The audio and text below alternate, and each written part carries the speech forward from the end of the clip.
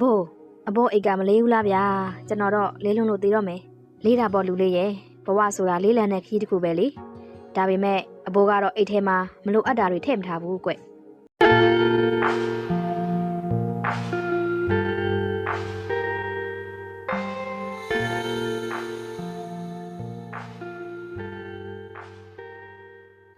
လူတိုင်းမွေးလာကလေးကမပါလာပေမဲ့ရွယ်ရောက်လာရင်မဖြစ်မနေတည်ဖို့ထားရတဲ့အရာတခုရှိတယ်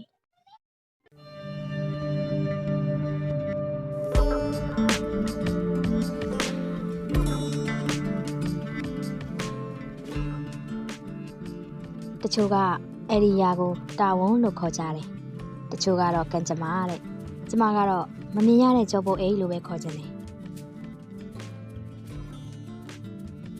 ဒီအိတ်တွေကိုမမြင်ရတဲ့အတွက်ကျမတို့ဟာတယောက်နဲ့တယောက်အဆင်ပြေနေကြတယ်ပဲထင်နေကြတာပေါ့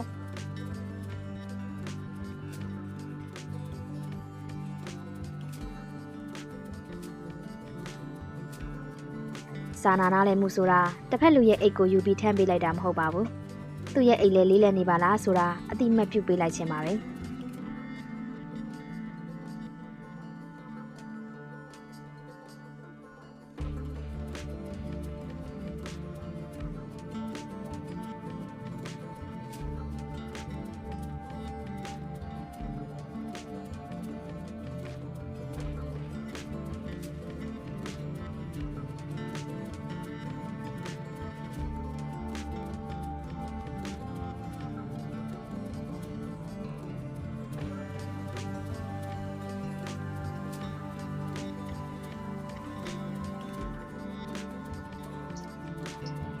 တခါတလေကြာရင်တချို့တွေဘာကြောင့်ဒေါသအရန်ထွက်နေကြလဲစိတ်မရှိကြတယ်လဲဆိုတာကျမတို့နားမလည်ကြဘူး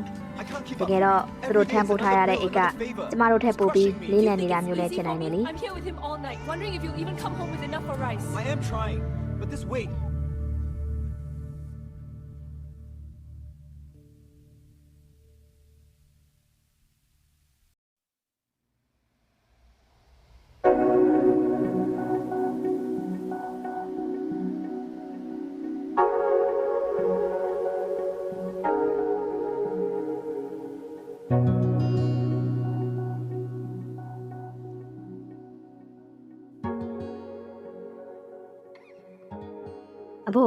အဘိုးအိတ်ကမလေးဘူးလားဗျာကျွန်တော်တော့လေးလုံးလို့သေးတော့မယ်လေးတာပေါ့လူလေးရဲ့ဘဝဆိုတာလေးလံတဲ့ခီးတစ်ခုပဲလေ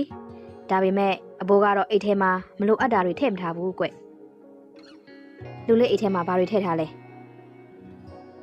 မနှက်ပြန်အတွက်ပူပန်မှုတွေလားမနေ့ကဖြစ်ခဲ့တဲ့အမှားတွေလားသူများတွေငါ့ကိုဘယ်လိုထင်မလဲဆိုတဲ့မာနတွေလားအဲ့ဒီຢာတွေကကြောက်ခဲတွေလိုပဲတဲ့ထားလေးလေးပဲလန်ခီးမှာလှုပ်ချခဲ့မှာခီးဆက်နိုင်မှာပြဿနာတွေကပျောက်သွားမှာမဟုတ်ပါဘူးဒါပေမဲ့မလိုအပ်တဲ့ဝန်တွေကိုချထားတဲ့ရင်တင့်ရဲ့ခြေလမ်းတွေပေါ်ပါလာပါလိမ့်မယ် Much lighter. တင့်ကြောပွေးထဲမှာကောဘာတွေထည့်ထားလဲဒီနေ့ပဲတင့်အိတ်ထဲကမလိုအပ်တဲ့ကြောက်တုံးတုံးကိုလွှတ်ချလိုက်ပါဒီဗီဒီယိုလေးကိုကြည့်ပြီးတခုခုအကျိုးရှိသွားတဲ့ဆို like and subscribe လေးလုပ်ခဲ့ပေးပါဦးနော်